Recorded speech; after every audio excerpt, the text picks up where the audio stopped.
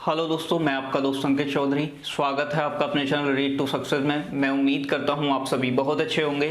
तो दोस्तों, इस क्लास में हम डिस्कस करेंगे कोस्टल प्लेन यानी कि तटीय मैदान के बारे में। और ये हमारा 4th नंबर का फिजियोग्राफिक डिवीज़न है इंडिया का, जिसमें से हम 3 पहले कवर कर चुके हैं, जिसमें हमने नॉर्दर्न माउंटेन उत्तर के पर्वत, नॉर्दर्न प्लेन उत्तर के मैदान और पेनिनसुलर इंडिया यानी कि प्रायद्वीपीय भारत के बारे में पढ़ लिया है। और प्रायद्वीपीय भारत के अंतर्गत भी हमने 2 सब डिवीजन किए थे, पेनिनसुलर माउंटेन और पेनिनसुलर प्लेटू यानी कि प्रायद्वीपीय पठार या और प्रायद्वीपीय पर्वत। तो दोस्तों, ये डिवीजन हम पढ़ चुके हैं और आज की क्लास में हम जो डिस्कस करेंगे वो करेंगे कोस्टल प्लेन यानी कि तटीय मैदानों के बारे में। तो तटीय मैदान पहली बात होते क्या हैं? तो जो तट पर पाए जाएं उन्हें ही क्या कहा जाता है? तटीय मैदान। जैसे कि मैंने आपको जब उत्तर के मैदान पढ़ाए तो उत्तर के मैदानों का निर्माण कैसे हुआ था, तो मैंने आपको बताया था कि जब नदियां अपने साथ अवसाद लेके आती हैं और उसे निक्षेपित कर देती हैं, डिपोजिट कर देती हैं, जिसके फलस्वरूप हमें उत्तर के मैदानों का निर्माण हुआ है।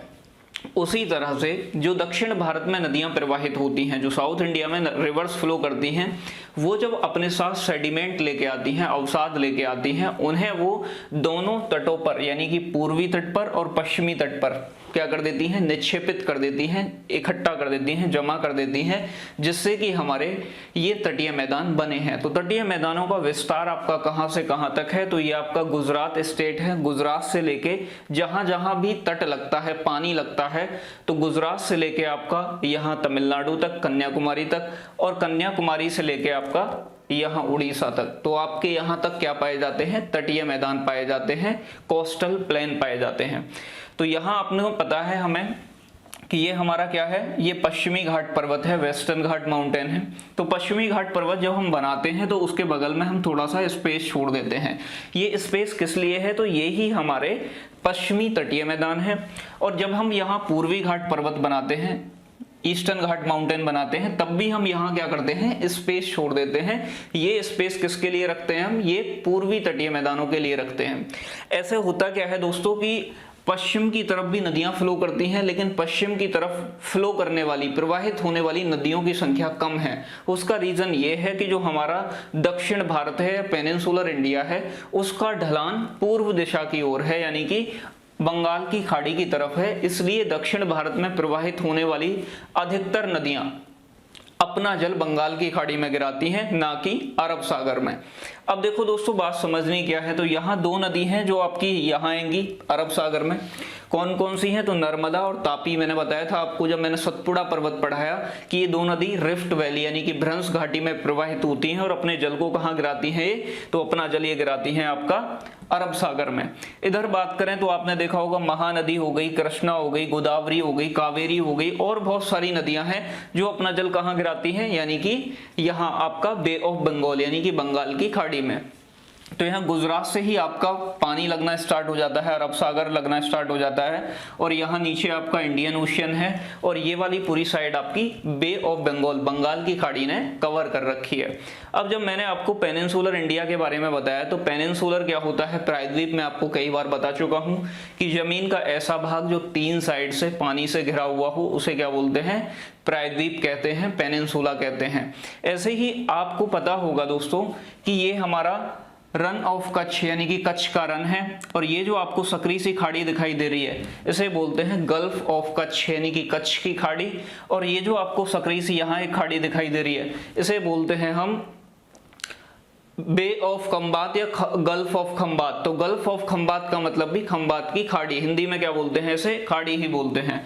तो बात ये समझनी है कि अगर, तो दोस्तों, जल का कोई भाग अगर 3 साइड से जमीन से घिरा हुआ है तो उसे क्या बोलते हैं? हम गल्फ बोलते हैं, खाड़ी बोलते हैं। और जमीन का कोई भाग अगर 3 साइड से जल से घिरा हुआ है तो उसे हम क्या बोलते हैं? उसे हम बोलते हैं पेनिनसुला यानी कि प्रायद्वीप। तो ये बात आपकी थोड़ी सी क्लियर हो गई होगी। अब बात करते हैं दोस्तों, ये हो गए हमारे गुजरात के रन ऑफ कच्छ से लेकर तमिलनाडु के कन्याकुमारी तक जो हमारे तटीय मैदान हैं, इन्हें बोलते हैं हम पश्चिमी तटीय मैदान, क्योंकि ये पश्चिमी दिशा में है।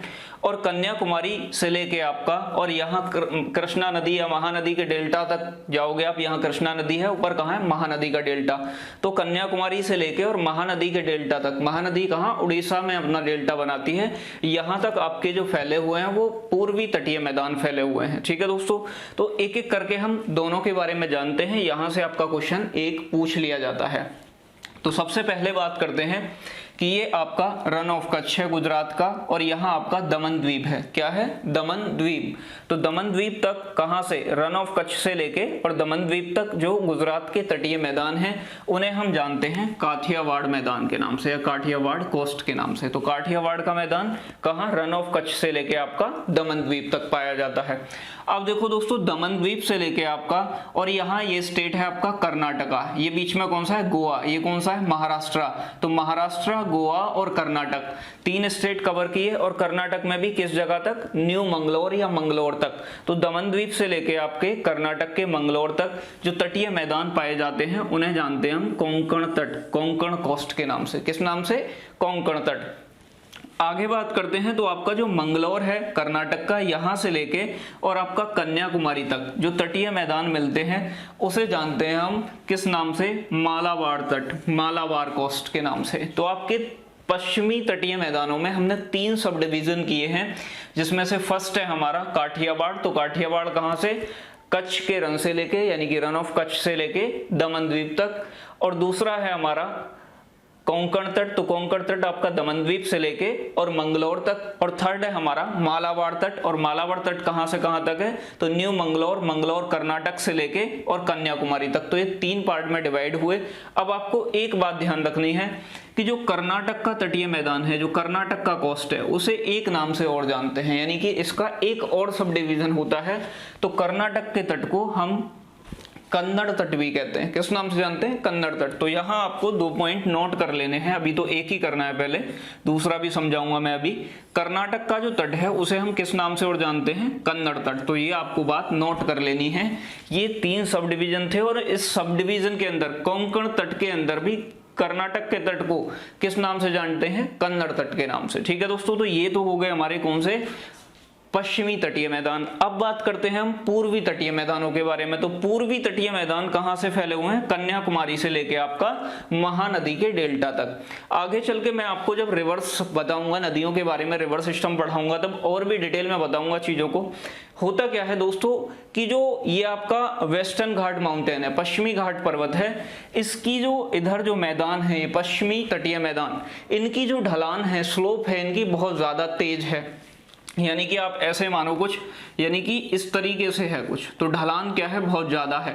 तो जब पश्चिम की तरफ जितनी भी नदियां जाती हैं, जैसे कि आपकी नर्मदा और तापी, ये कहाँ जाती हैं, पश्चिम की तरफ बहती हैं और अरब सागर में अपना जल गिराती हैं, तो ये जमीन को क्या करती हैं, काट देती हैं, गड्ढा कर देती हैं, जिसे ही आप क्या बोलते हो, एस्चुरी या ज्वार नदमुख। तो ये बात आपको ध्यान रखनी है। आगे मैं बताऊंगा आपको कि जितनी भी नदी पश्चिम की तरफ, यानी कि जो नर्मदा और ताप्ती प्रवाहित होती हैं, वो ज्वार नदमुख यानी कि एस्चुरी का निर्माण करती हैं, जबकि जो नदी ईस्ट की तरफ, पूरब की तरफ, यानी कि बंगाल की खाड़ी में अपना जल गिराती हैं, वो धीरे धीरे प्रवाहित होती हैं, यानी कि ढलान कम है। पूर्वी तटीय मैदानों का ढलान क्या है, कम है, यानी कि ये कुछ इस तरीके से हैं। तो इनका ढलान क्या हुआ, स्लोप इनका कम हुआ। इसलिए जो हमारी ईस्ट की तरफ नदी प्रवाहित होती हैं वो डेल्टा का निर्माण करती हैं, यानी कि मिट्टी को इकट्ठा कर देती हैं, अपने मुहाने पर अवसाद को इकट्ठा कर देती हैं, जिससे कि एक ट्रायंगल टाइप मतलब स्ट्रक्चर बन जाता है, जिसे हम क्या बोलते हैं, डेल्टा कहते हैं। तो ये बात आपको थोड़ी सी अभी समझनी है। आगे हम जब रिवर सिस्टम पढ़ाएंगे तो ये चीज दोबारा से मैं आपके सामने अच्छे तरीके से एक बार डिस्कस करूंगा। तो पश्चिमी नदियां क्या बनाती हैं, एस्चुरी ज्वार नदमुख, और पूर्वी नदियां क्या बनाती हैं, जो पूर्व की तरफ बहती हैं, वो डेल्टा का निर्माण करती हैं। अब बात करें तो पूर्वी तटीय मैदान को हमने 2 पार्ट में सब डिवीजन इसका कर रखा है। पहला है हमारा कन्याकुमारी से लेके कहां तक, कृष्णा नदी के डेल्टा तक, इसे जानते हैं हम कोरोमंडल तट के नाम से। किस नाम से जानते हैं दोस्तों, कोरोमंडल तट। और दूसरा है हमारा कृष्णा नदी के डेल्टा से लेके आपका महानदी के डेल्टा तक, तो इसे जानते हैं हम उत्तरी सरकार तट के नाम से। किस नाम से, उत्तरी सरकार तट। तो हमारे ये पश्चिमी और पूर्वी दोनों क्या हो गए, खत्म हो गए, इतना ही याद करना है। लेकिन पूर्वी तटीय मैदानों में भी एक सब डिवीजन है कि आपका उड़ीसा के तट को, उड़ीसा का जो तट है उसे एक नाम से जानते हैं जिसका सब डिवीजन नाम क्या है, उत्कल तट। तो आपसे पूछ ले कि उड़ीसा के तट को क्या बोलते हैं तो आप बताओगे उत्कल तट। आपसे पूछे कि तमिलनाडु के तट को तो आप बताओगे कोरोमंडल तट, आंध्र प्रदेश के तट को तब भी आप क्या बताओ कोरोमंडल तट, यहाँ आप केरल के तट को तो आप बताओगे मालाबार तट। तो ज्यादा जो पूछे जाते हैं सबसे वो या तो आपका पूछा जाएगा काठियावाड़ या मालाबार या कोरोमंडल या उड़ीसा का उत्कल। तो यहां से क्वेश्चन सबसे ज्यादा पूछे गए हैं। तो यही आपके क्या थे, तटीय मैदान थे। जबकि अगर ये पूछ ले कि किन तटीय मैदानों की चौड़ाई यानी कि वृत्त ज्यादा है, तो जो आपके पूर्वी तटीय मैदान है उनकी चौड़ाई ज्यादा है, क्योंकि नदियों ने यहाँ डेल्टा बना रखे हैं, तो इसलिए इनकी वृत्त जो है वो चौड़ाई ज्यादा है। जबकि पश्चिमी तटीय मैदानों में नदियों ने इस तट को काट छाट दिया है, इसलिए इनकी चौड़ाई कम है। तो दोस्तों ये आपके तटीय मैदान थे। मैं उम्मीद करता हूं कि चीजें आपको समझ आई होंगी। आप इन्हें एक बार अच्छे तरीके से नोट कर लें। यदि आपको चीजें समझ आई हैं, वीडियो अच्छी लगी है, तो वीडियो को लाइक करें, अपने फ्रेंड्स के साथ शेयर करें, और यदि आपने अभी तक हमारे चैनल को सब्सक्राइब नहीं किया है तो चैनल को सब्सक्राइब करें और बेल आइकन का बटन दबाएं, जिससे कि हमारी सभी लेटेस्ट वीडियो का अपडेट आप तक मिल सके। धन्यवाद दोस्तों।